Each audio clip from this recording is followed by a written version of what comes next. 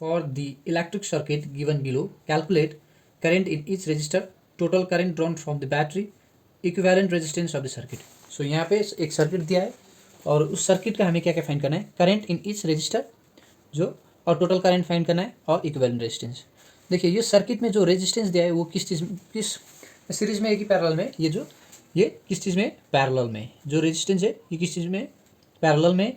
और यहाँ पे क्या दिया है, 3 रजिस्टर दिया है जिसका वैल्यू है 30, 10 एंड 5। इसी तरह वोल्टेज कितना दिया है, 6 वोल्ट। सो और हमें जो ये यहाँ पे क्या है, रेजिस्टेंस और वोल्टेज दिया है, तो हमें करंट फाइंड करना है। सो हमें कौन सा फार्मूला लेना है, हमें पता है ओम्स लॉ। ओम्स लॉ में हमें क्या क्या यूज होता है, वोल्टेज, रेजिस्टेंस एंड करंट का जो रिलेशन देता है वो कौन देता है, ओम्स लॉ देता है।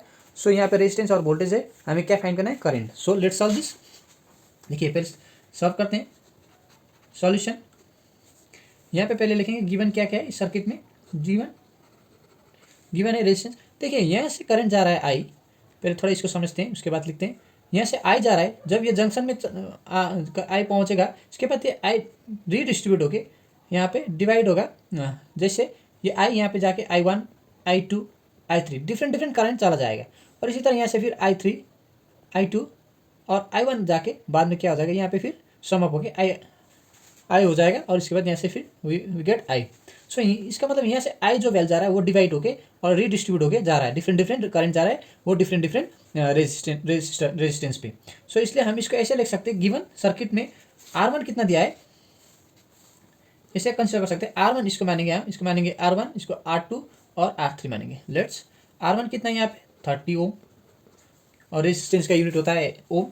और R2 है यहाँ पे, R2 है हमारा 10 ओम, और R3 है हमारा 5 ओम। और वोल्टेज कितना है, वोल्टेज कितना दिया है V6 वोल्ट। देखिए अब हमें पहला क्वेश्चन का आंसर ढूंढना है, current in each register. So current in each register, so इस रजिस्टर पे करंट कितना कितना जा रहा है, सो वो फाइंड करना है। और पहले लेंगे फॉर R1 इक्वल्स टू 30 ओम के लिए, और वोल्टेज कितना है 6 वोल्ट। देखिए पहले Ohm's law, we know that Ohm's law, हमें ओम्स लॉ क्या कहते हैं, V equals to I R. देखिए यहाँ पे आई फाइंड करना है। सो यहाँ से हम क्या करेंगे, आई आर इधर लिखेंगे और V को उधर लिखेंगे। सो यहाँ से क्या हो जाएगा, हमें क्या फाइंड करना है आई, और आर आई के साथ क्या है मल्टीप्लाई में, तो उधर जाने से क्या हो जाएगा V एज इट इज, और इस आर इधर मल्टीप्लाई में, उधर जाने से हो गया डिवाइड में चला जाएगा। सो ये हो गया जनरल इक्वेशन जो हमें आई फाइंड करना है, डिफरेंट रेजिस्टेंस के लिए फाइंड करना है, इसलिए हमने इसको जनरल माना है यहाँ पे। सो अब हम बोलेंगे I1 के लिए, हमें फर्स्ट में क्या फाइंड करना है I1। So I1 equals to V, तो सबके लिए सेम ही है 6 वोल्ट और R1। देखिए I1 फाइंड करना है, V का वैल्यू कितना है 6 और R1 का वैल्यू कितना है 30।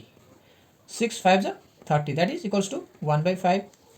इसको फिर यहाँ पे सॉल्व करेंगे, I1 equals to 1/5। So 5 to जा 10 मीन्स 0.2। सो I1 का वैल्यू कितना है यहाँ पे 0.2, और करंट का यूनिट क्या है एम्पियर। सो इसी तरह देखिए इसका हमने जनरल माना है। सो हमें फॉर, अब दूसरा किस चीज़ के लिए फाइंड, दूसरा किसके लिए फाइंड, R2 के लिए कितना है, R2 कितना है 10 ओम, और वोल्टेज कितना है 6 वोल्ट। और हमारा फॉर्मूला क्या है, I इक्वल्स टू V/R। अब हमें क्या फाइंड करना है, R2 दिया है और मीन्स I2, मीन्स यहाँ पे R2 में कितना करंट जा रहा है मीन्स I2। सो V कितना है 6, R2 कितना है, R2 हमारे पास कितना है, R2 यहाँ पे देखिए 10 ओम। और इसको एक बार ऐसे भी लिख सकते हैं, सिंपल करने के लिए V/R2 लिख दीजिए, क्योंकि यहाँ पे क्या होगा आपको कंफ्यूज नहीं होगा। जैसे I इक्वल्स टू V/R जो यहाँ से मिला है, और I2 फाइंड करना है V/R2 लिखना है सिंपली। और देखिए कितना ईजी हो जाएगा 6, R2 का वैल्यू जो हमने अभी लिखा है यहाँ पे 10 वोल्ट, और यहाँ पे भी लिखा है 10 ओम 10। सो ये हो गया 2 3 2 5, सॉरी 5 2 5। सो ये हो गया 3/5। सो I2 इक्वल्स टू कितना है 3/5, और ऐसे बोलते हैं 5 6 30 मीन्स 0.6। सो I2 का वैल्यू कितना है 0.6 एम्पियर। करंट का यूनिट क्या है एम्पियर, भूलना मत, क्योंकि एग्जाम में कभी कभी MCQ में आ जाएगा करंट। नाउ नेक्स्ट अब हमें फाइंड करना है I3। हमें क्या फाइंड करना है I3 के लिए हमें अब पहले I3 फाइंड करना है, जो हमें सर्किट में था यहाँ पे I3, यहाँ पे R3 के लिए। सो R3 कितना दिया है, R3 दिया है 5 ओम और वोल्टेज कितना है 6 वोल्ट। सो हमारा फॉर्मूला क्या है, I equals to V by R, जो हमारा जनरल फॉर्मूला लिखा है। सो I3 का लिया होगा, V तो एज इट इज सेम होगा सबके लिए, सो R3। सो ये हो गया I3 इक्वल्स टू V कितना है 6 वोल्ट एंड R3 कितना है 5। अभी ये वोल्ट लिखना जरूरी नहीं है, सिर्फ 5 लिख दीजिए, वैल्यू लिख दीजिए। सो I3 इक्वल्स टू 5 1 से 5, 5 2 10, सो 1.2 एम्पियर। ये करने से कितना हो गया, I3 equals to 1.2 ampere. Now दूसरा क्वेश्चन में क्या पूछा है, दूसरा क्वेश्चन में पूछा है टोटल करंट। सिंपली क्या करना है, टोटल करंट। अब देखिए यहाँ पे जो ये सर्किट है, इसका टोटल करंट के लिए आई फाइंड करने के लिए हमें एक रेजिस्टेंस चाहिए, लेकिन यहाँ पे तीनों रेजिस्टेंस दिया है। तो हमें सिंगल पहले क्या करना है, यहाँ पे हमें फॉर 2 के लिए क्या फाइंड करना है, आई फाइंड करना है, टोटल फाइंड करंट मैंने यहाँ पे क्या दिया है, वोल्टेज दिया है 6 वोल्ट। अब हमें क्या चाहिए, आर भी दिया है, लेकिन क्या दिया है R1 R2 और R3 दिया है, और ये सब किस चीज़ में, पैरेलल में, किस चीज़ में, पैरेलल में। तो पहले हमें क्या फाइंड करना है, R। सो R फाइंड करने के लिए पैरेलल में हमें कौन सा यूज़ करना है, पैरेलल फार्मूला यूज़ करना है। सो और जो RP, ये जो पैरेलल फार्मूला है R1 RP 1 by RP equals to 1 by R1 plus 1 by R2 plus 1 by R3। सो देखिए ये जो वैल्यू मिलेगा हमें, ये जो parallel resistor in resistance in parallel circuit, इससे हमें क्या मिलेगा, R इक्विवेलेंट भी बोल सकते हैं इसको, R, जो हमें थर्ड क्वेश्चन में पूछा है, equivalent resistance of the circuit. देखिए 1 बाई RP ये क्या होगा, 1 by 30 plus 1 by 10 plus 1 by 5। अब इसको यहाँ पे सॉल्व करेंगे।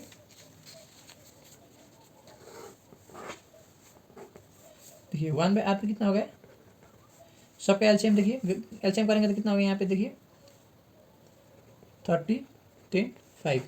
सो 5 6 जा 30, 5 2 जा 10, 5 1 जा 5, 2 3 जा 6, 2 1 जा 2, 3 1 1 1। सो ये 5 2 जा 10, 10 3 जा 30। सो एलसीएम हो गया 30। अब यहाँ पे देखिए 30 के ऊपर में कितना है 1, और 30 1 जा 30, 1 जा 30 प्लस 1 है, उसके बाद 10 10 3 जा 10, 3 जा 30 प्लस 1 इंटू 5 5 6 जा 30। जो हमें पता है एलसीएम कैसे करना है। सो 1 प्लस 3 1 जा 3 प्लस 6 बाई 30। सो ये हो गया 1 by RP equals to 10 by 30 cancel. So ये हो गया 1 by RP equals to 1 by 3। So RP ऊपर जाने से ये हो गया RP इक्वल्स टू 3 बाई 1, ऐसे कर सकते हैं। ये हो गया RP equals to 3 ohm. Means total resistance जो था सर्किट का वो कितना है 3 ओम, क्योंकि यहाँ पे रेजिस्टेंस किस चीज़ में, पैरेलल में। सो अब क्वेश्चन में क्या पूछा है, टोटल करंट। अब हमें क्या क्या मिल गया, यहाँ से रेजिस्टेंस मिल गया 3 ओम। अब हमें क्या फाइंड करना है, करंट। सो ना देखिए यहाँ पे अब आई फाइंड करना है total current. So total simply लिखते हैं, total current I equals to, हमें फॉर्मूला पता है V बाई R। सो ये हो गया आई इक्वल्स टू V कितना है 6 वोल्ट पता है, और R कितना आ गया हमारा 3 ओम। सो आई इक्वल्स टू कितना होगा, ये 6 बाई 3, 3 2 जा 6। So I equals to 2 ampere. Total current कितना हुआ हमारा 2 एम्पियर। ना थर्ड क्वेश्चन ने पूछा है, थर्ड क्वेश्चन है हमारा इक्विवेलेंट रेजिस्टेंस। सो आर इक्यू, जो ये कितना होगा, जो हमारा ये सर्किट है, जो हमारा ये सर्किट है, सर्किट किस चीज़ में, किस में, पैरेलल में।